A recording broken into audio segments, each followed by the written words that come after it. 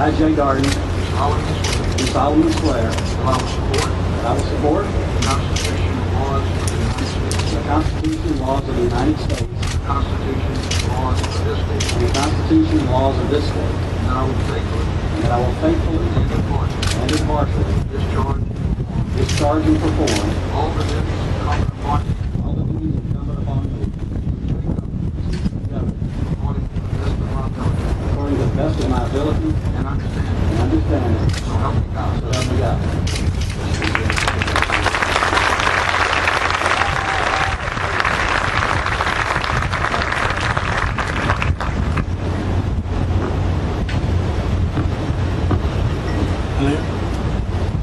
Well, thank you very much.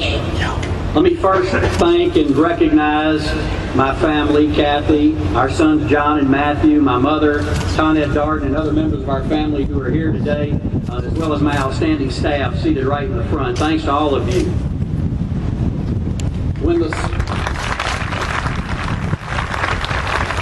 And congratulations to Governor Jindal and to the other statewide elected officials and members of the legislature.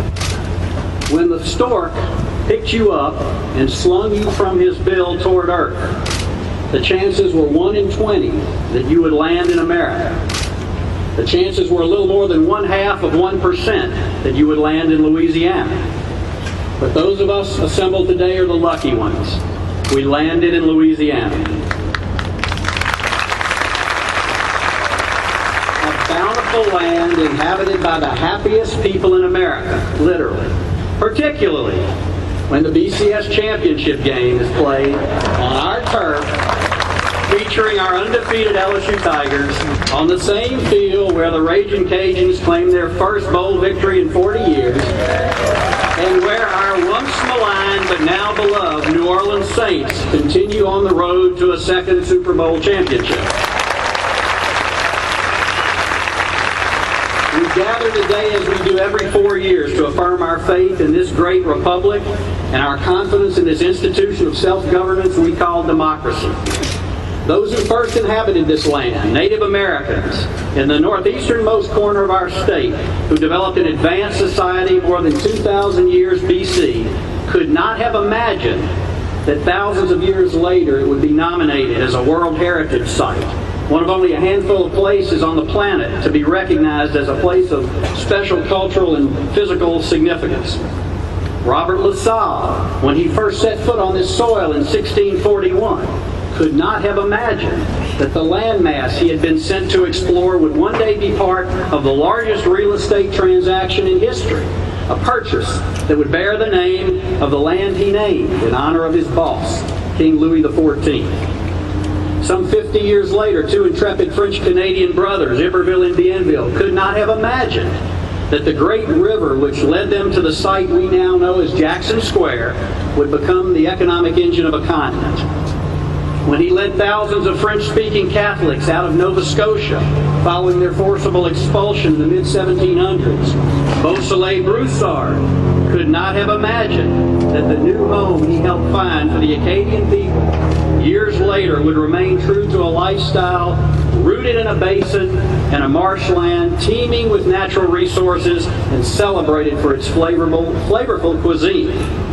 Captain Henry Shreve could not have imagined that breaking a logjam to make the Red River navigable would give rise to a thriving metropolis that would bear his name and foster an industry which would discover beneath our land new fuel sources, rendering obsolete the very steamboat he used to accomplish his task.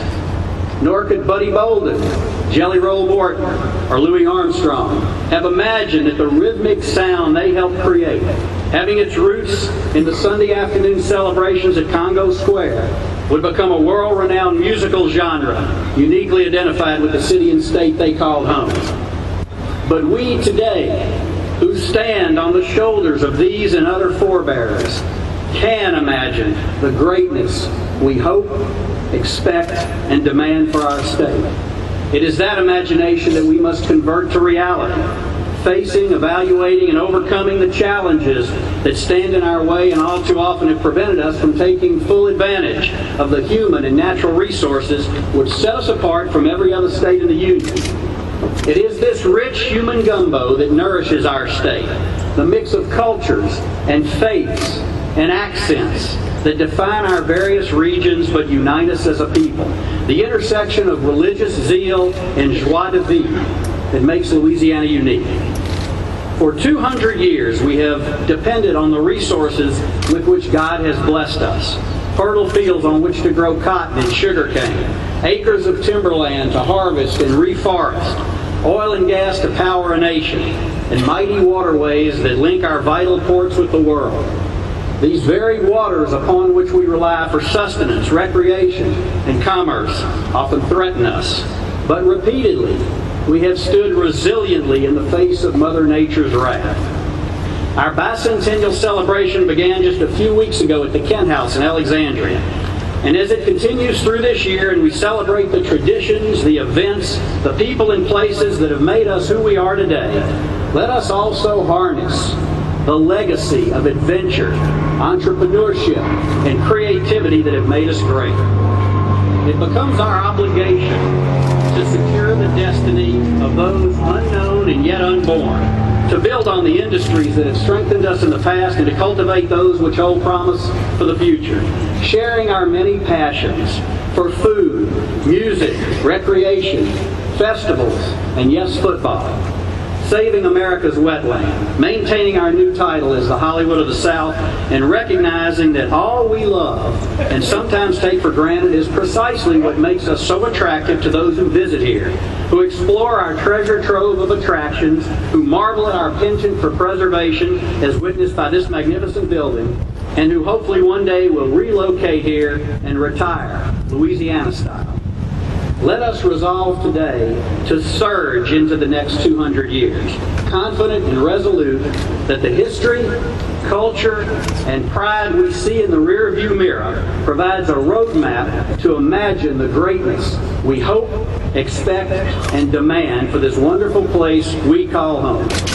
Go Tigers, and may God continue to bless the wonderful state of Louisiana.